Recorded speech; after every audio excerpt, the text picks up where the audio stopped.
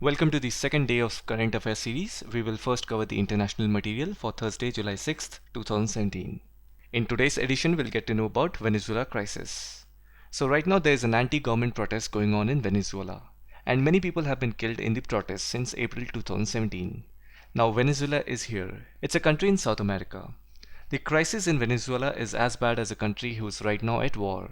So what's happening is Venezuela is facing severe drought condition due to El Nino and climate change. The country has also been under the rule of corrupt leadership since 18 years, which has ruined the economy. As I said, there is a drought condition going on, which means water only comes in a week in the capital city of Caracas. And water is brown in color and is making the people sick. Since there is no rain, there is no water in river. Then hydroelectricity is down, so government is cutting electricity frequently. So now you see there is energy crisis, economic crisis, water crisis, and then inflation is at 700%, which is higher than any country in the world. All this happened because of the government, which was led by Hugo Chavez and his successor and the current president, Nicolas Maduro. You know, the interesting thing is Venezuela is so rich in natural resources, meaning it has black gold, that is oil, but it is still at bad shape. So this crisis is because of the incompetent leaders and politics. That's why now the citizens are protesting against the government, and that's the whole Venezuela crisis. Now let's get to know another crisis. 2017 Qatar diplomatic crisis. It is also known as Qatar Gulf crisis.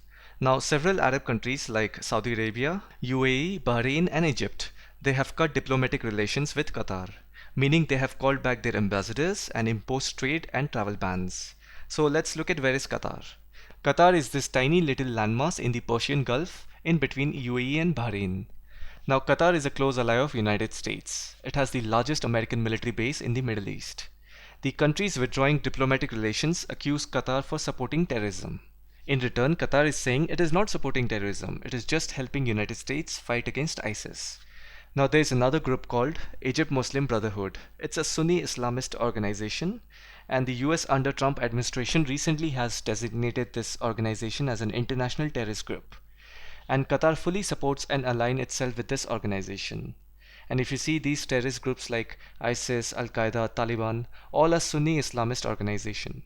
Supporting their ideology means you are one of them. That's how Qatar got cornered by Saudi and UAE. Then Qatar is a friend of Iran, and UAE and Iran are not friends. Again, another reason to corner Qatar.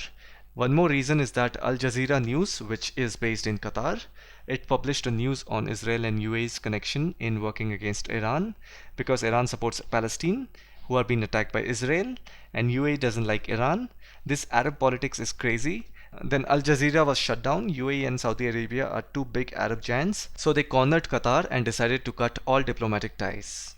So that was the international news. Now we will look at some national news. So let's get to know some realities of Jammu and Kashmir. Now this is a very controversial topic, but try to understand this reality with a pinch of salt. So there is a vast area of Jammu and Kashmir that India has no control over whatsoever. For example, let's say Gilgit or Neelam Valley. This place over here. If someone from India has to go to Gilgit and Neelam Valley, his or her travel has to be sanctioned by Pakistani authorities. Another place is Aksai Chin. This area is controlled by China. In addition, some 5,180 square kilometer was gifted to China by Pakistan. Now Pakistan controls a significant portion of its western and northern part, some 78,000 square kilometer of it. Now if you see, total land area of Jammu and Kashmir is 2,22,236 square kilometer. Just look at how much of it is controlled by Pakistan. That's why China doesn't support India over Pakistan's cross-border terrorism. Remember these areas, Gilgit and Aksai Chin. And now if you look at the map of Jammu and Kashmir, the one that we see in school geography, you'll find massive difference. I just want you to be aware of it. There are two maps that we see. One is the reality and another one is what the political fraternity of India wants us to see. And the era of map making has ended. We do not draw international borders anymore, at least not in the Indian subcontinent. Now let's try to look at this controversial topic. Mob lynching in India is the new terror. I think we all know what is mob lynching and why is it up in the news these days. It basically started with the ban of beef. Those who are suspected with consumption of beef are beaten up to death by the so-called cow vigilantes. Now this topic is political, communal and very controversial. You must be wondering what is the current affair element in it. Well, there is some. So this incident tells us to look at Article 21 of the Indian Constitution. It says protection of life and personal liberty. No person shall be deprived of his life or personal liberty except according to procedure established by law. Now, to support this statement and simply saying don't worry, your life will be protected is baseless. If there is no right to freedom and equality, then right to life makes no sense. Then it takes us to Article 14 and 19, which clearly talks about right to freedom and equality. The easy way to remember this is at 14 years of age you don't have freedom, but at 19 you go to college, there you get equal treatment. At 21 you have your personal life because you work. So remember 14, 19, 21 like this. Now all these right to freedom, life, liberty, equality, all these are fundamental rights. Everything from Article 14 to 32 in the Constitution are fundamental rights. Remember that. Now let's get to know about Supreme Court's Collegium system. So what is this Collegium system?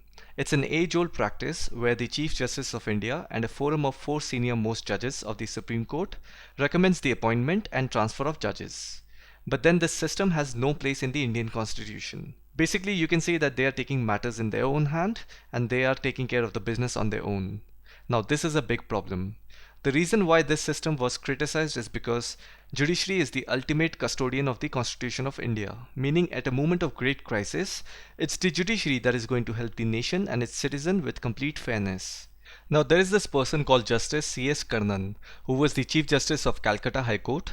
Before that, he was the Chief Justice of Madras High Court. Under the Constitution, any Indian citizen can be appointed as a judge in one of the high courts if they have been a lawyer for 15 years at the same level. And the Collegium thinks the person is fit to be elevated as a member of higher judiciary. You see, ultimately it's up to the Collegium to promote someone as Chief Justice. Now this is how C.S. Karnan became the Chief Justice of Madras High Court. As soon as he became the Chief Justice, he filed a case against his own colleagues at the Madras High Court, with series of allegations on caste discrimination, how he was harassed and all those things. This is called suo motu proceeding, meaning a government body or an individual takes matter in their own hands without any consultation or rule. Now the members of Collegium who made him the Chief Justice of Madras says they have no clue how he was made as the Chief Justice. This is where the Collegium system is criticized. Basically, judges appointing judges is not acceptable and the creation of a National Judicial Appointments Commission (NJAC) has been recommended. Regarding Justice Karnan, to maintain the dignity and status of the judiciary, strict action was taken against him and he is the first Chief Justice in the history to go to jail. There is another news on Supreme Court. The Supreme Court has told the central government to formalize the appointment of election commissioner through law. Now yesterday the new election commissioner was appointed. His name is Achal Kumar Jyoti. He replaced Mr. Nazim Zaidi.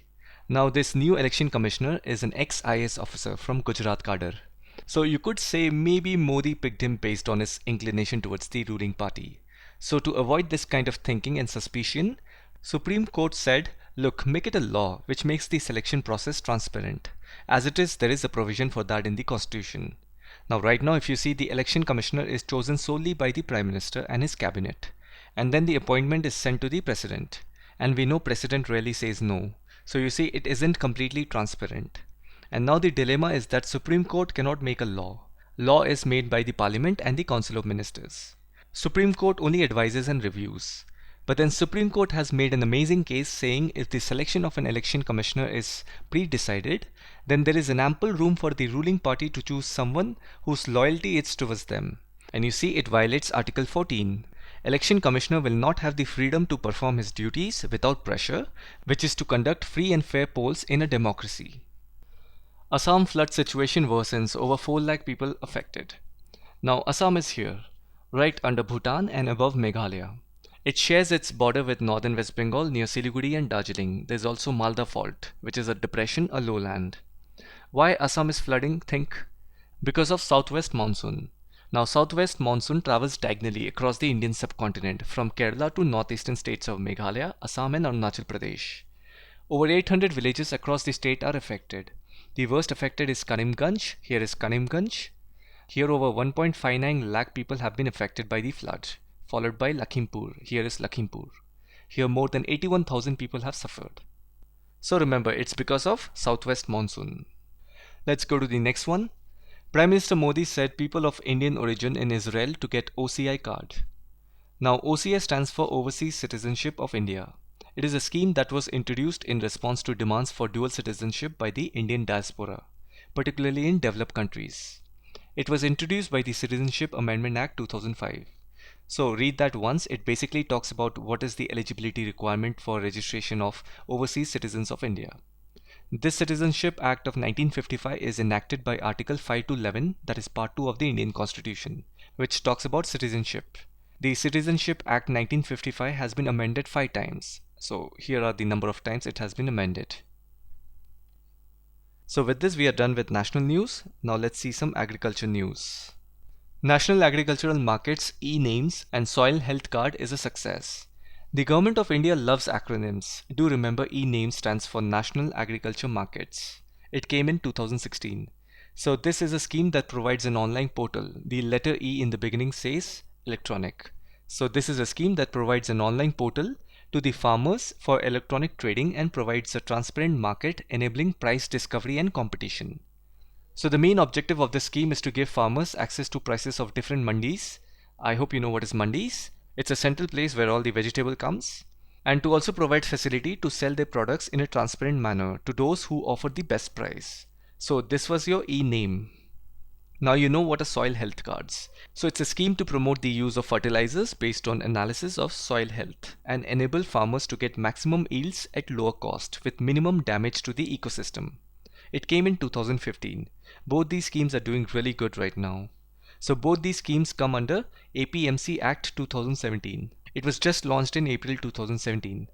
Now APMC means Agricultural Product Market Committee. The aim is to increase farmers' income, actually double their income by 2022. Niti Aayog and Agriculture Ministry came up with this act. Now this act has not been fully implemented. It is being shared with the states for implementation.